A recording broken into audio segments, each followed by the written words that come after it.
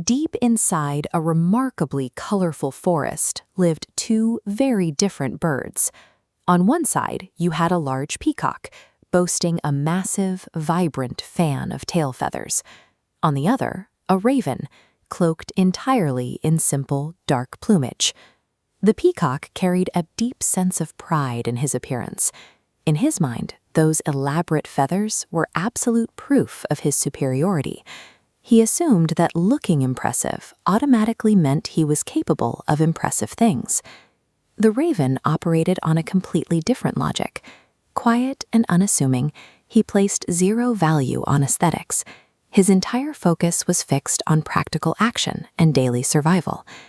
These two opposing worldviews eventually collided. The peacock's constant boasting created a tension that demanded a resolution, a definitive test to settle exactly which bird was truly superior. They agreed on a rigid set of parameters. They would hold a high-stakes flying race, launching from their current spot on the forest floor and navigating the open air to a specific, distant finish line. The challenge presents a clear mechanical test.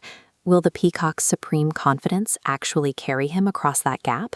Or does the raven's totally unornamented exterior conceal a functional advantage? The moment the race begins, the physical reality explodes off the starting line. The sleek raven instantly launches upward with sharp agility and immediate speed. Because the raven possesses a lightweight frame and streamlined feathers, he maximizes his aerodynamic efficiency.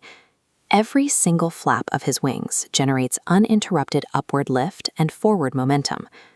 We can see why the peacock struggles in this 2D physics vector diagram. Heavy, ornate tail feathers create massive drag. Downward arrows representing the sheer white of his plumage completely overpower the upward lift his wings try to generate. The physical gap between the competitors widens immediately. The raven secures a massive lead high above the canopy, while the heavy peacock is left awkwardly thrashing on the forest floor, barely able to hover. In a strict test of gravity and thrust, aesthetics are a heavy liability. The very thing he relied on for his status is the exact anchor keeping him grounded. Down in the dirt, the peacock's arrogance evaporates. Realizing he entirely lacks the physical tools to win, a deep, desperate envy sets in. Unable to compete in the air, the peacock makes a tactical pivot. He abandons the race entirely and screens cruel insults, hoping to distract his opponent. He attacks the raven's dark feathers, calling him ugly. He attacks his scavenging diet, calling him disgusting. The peacock is desperately trying to change the rules of the competition mid-game, shifting the metric from flying ability to physical beauty.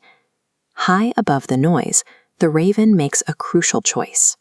He refuses to get angry. He refuses to lose focus. And most importantly, he refuses to drop out of the sky to engage in a shouting match. He glides smoothly onward. Instead, the raven calmly points out the flaw in the peacock's logic. He shouts back that dietary habits and feather color are completely irrelevant to a competition measuring who can fly the fastest. This is a textbook case of logical misdirection. As this Venn diagram illustrates, the primary goal of flight performance and the retaliatory attack on physical appearance have absolutely zero overlap. Attacking an opponent's identity is effectively an admission of defeat in the arena of merit. Unbothered by the noise below, the raven elegantly crosses the finish line. He secures a clean, undeniable victory through pure, applied skill. The peacock is left sitting in the dust, deeply ashamed. He is forced to process the uncomfortable reality that his harsh words did absolutely nothing to diminish his opponent's talent. This dynamic plays out constantly in human behavior.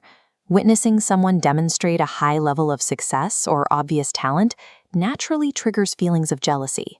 We can map out how we respond to that trigger. Looking at this behavioral flowchart, the most common route is the destructive path.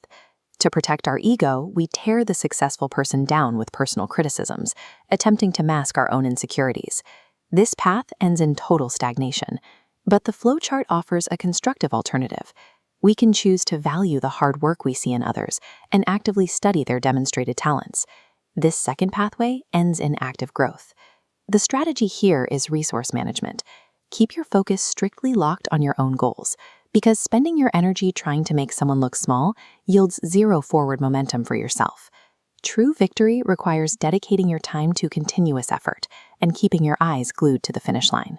Superficial insults cannot alter the reality of who is willing to put in the work.